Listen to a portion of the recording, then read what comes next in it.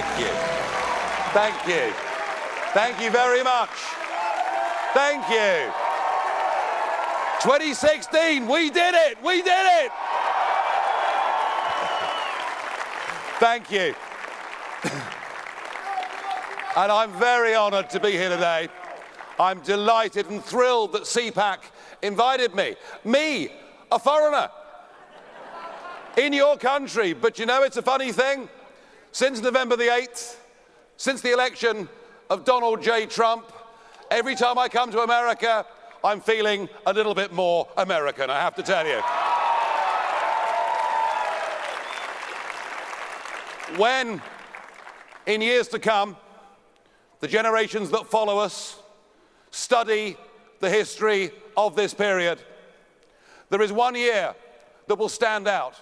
There is one year that every school child will know, and that year is the year of 2016. Because in 2016, we witnessed the beginning of a global political revolution, and it's one that is not going to stop. It's one that is going to roll out across the rest of the free world.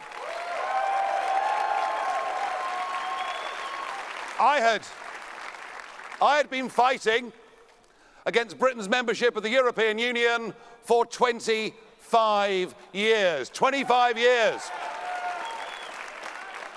And if you've endured abuse, if you've been called deplorable, you've only had a few months of being abused. I've had 20 years of it. But you know what? None of it mattered. I always believed that we should govern our own country. I always believed we should be free to reach out and make our own deals with our real friends in the world. And it's funny, our real friends in the world speak English, have common law, and stand by us in times of crisis. So I battled away for all those years. I thought I might become the patron saint of lost causes. And then the referendum came along, and we were told by vast sections of the media that we couldn't do it. We were told by many of the pollsters we couldn't do it. We were told by many of the commentators. Any of this ring familiar with you guys? We were told by the commentators that we couldn't do it, and they lined up all the big businesses, all the big banks, all the big politics, not just from Britain, but from across the world. Do you know we even had a visit from the 44th President of the United States of America? I will, to my dying day, be grateful that President Obama came to my country, intervened in the referendum, and told the United Kingdom's people, told America's greatest friend and ally in the world, and told us that if we voted to get our independence, we would go to the back of the line. And the British people were so disgusted by Obama treating us like this that it put us up 2% in the polls.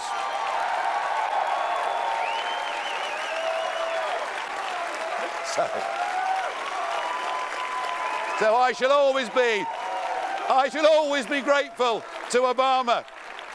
So the great day came, 23rd of June, 2016, and by 3 o'clock in the morning, it was clear that after a period of just after 4 decades in which our politically corrupt rulers had given away our independence, our democracy, our sovereignty, the ability to make our own laws, the ability to choose our own friends, the ability to make the right trade deals with the right countries. Oh, and they'd also given away control of our borders.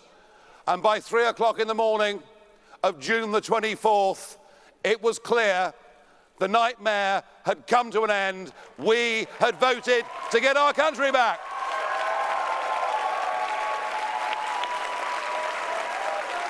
And I can't tell you how thrilled and pleased that I'd felt. It seemed incredible that people had the courage to stand up against the entire establishment, but the brave British people did it. Oh, and by the way, the last opinion poll says that now 68% of the British people want us to get on with Brexit.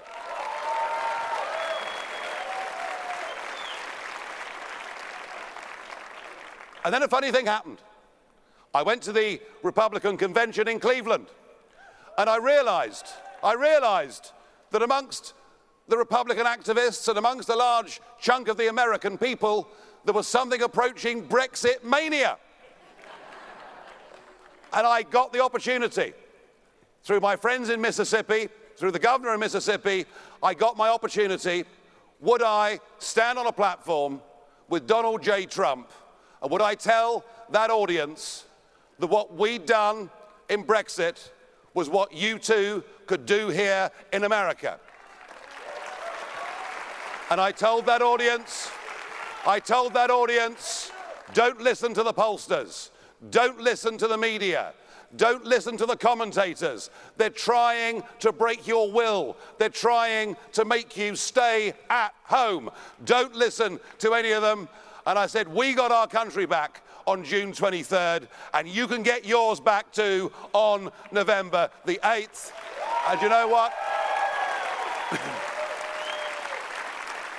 I am pleased and proud that I did that in Mississippi, and that I came to America many times in that campaign to give Donald Trump support. I'm proud to have been part of that campaign. I really am.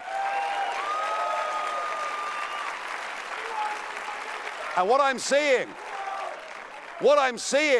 36 days in to the Trump presidency, I'm seeing something quite remarkable. I'm seeing an elected leader who is trying to put in place the platform on which he was elected. How about that? Because we've had years, haven't we, of people making promises, getting into power, and not even attempting to put into place the things upon which they've been elected. And I believe that Trump, who is determined, and we saw him this morning, didn't we? And wasn't he just superb?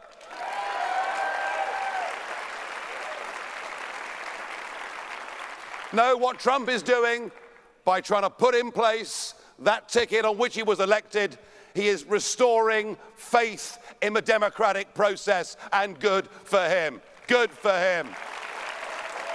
2016 was the year that the nation-state democracy made a comeback against the globalists and those who would wish to destroy everything that we have ever been.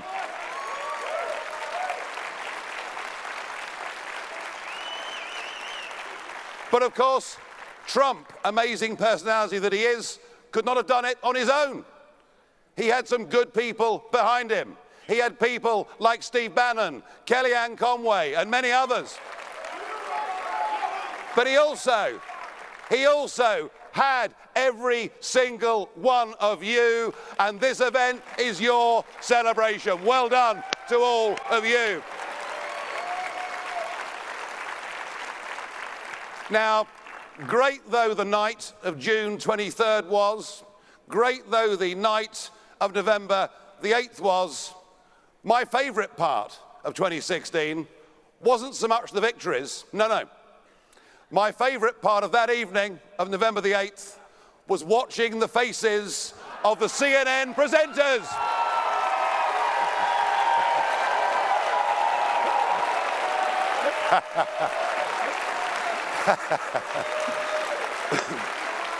And you know what?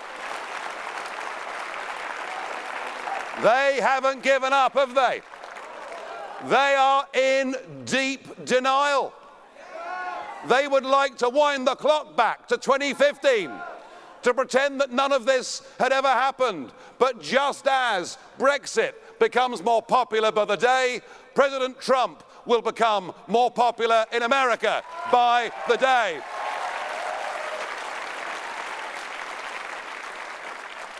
No, they won't give up. And some of their biggest cheerleaders, I'm thinking of Tony Blair in particular, Oh, wow. So he's popular here too, is he? Fine, good. I think of people like Tony Blair, who says that 2016 was just a blip. 2016 was an aberration. 2016 was just an outpour. But Tony Blair is wrong. He's wrong because what happened in 2016 is not the end of this great global revolution. What happened in 2016 is the beginning of a great global revolution.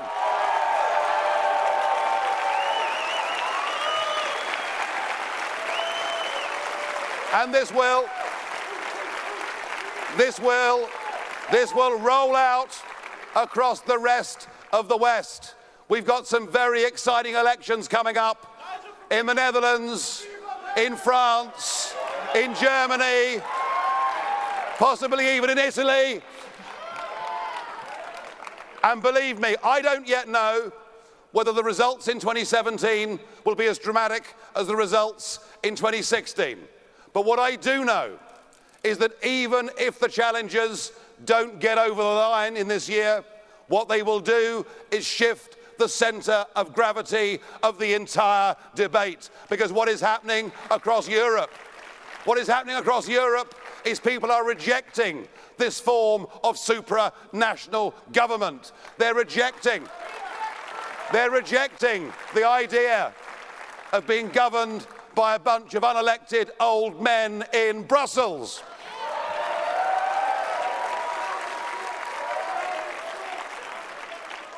Although I'm very grateful to these unelected old men because I've had some real sport with them in the European Parliament over the last couple of years.